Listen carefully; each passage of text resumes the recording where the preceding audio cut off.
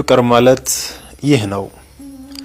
ታላቁ ሷሐቢይ ዘይድ ኢብኑ ዲሲና በአንድ ጦርነት ላይ ከተማረከ በኋላ ቁረይሾች እሱን ለመግደል ካዘጋጁት በኋላ እና አቡ ሱፊያን መጣው እንዲህ ብለውት ነበር፣ ዘይድ ሆይ በአላህ ይሁንብህ አንተን ነፃ አውጥተነህ ሙሐመድ ባንተ ቦታ ቢሆኑ ትወዳለህን አሉት።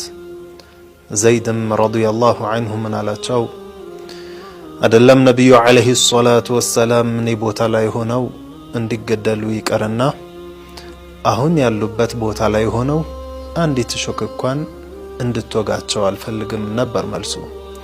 የዚህ ጊዜ አቡ ሱፊያን በጣም በመገረም እንዲህ አለ፣ ወላሂ ማ ረአይቱ ሚነ ናሲ አሐደን ዩሒቡ አሐደን ከሑቢ አስሓቢ ሙሐመድን ሙሐመዳ።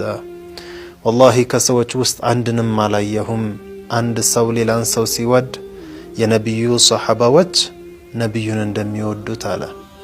እና ነቢዩን ዐለይሂ ሰላቱ ወሰላምን መውደድ በብዙ ነገር ይገለጻል። ትክክለኛው ውዴታ ግን እሳቸው ለመጡበት ነገር ቀጥ ብሎ መቆምና ከዛም ማንኛውንም ፈተና በሶብር መጋፈጥ ነው። አላህ ከሷቢሮችና እውነተኛ መሐባ ለነቢዩ ካላቸው ውስጥ ያደርገን።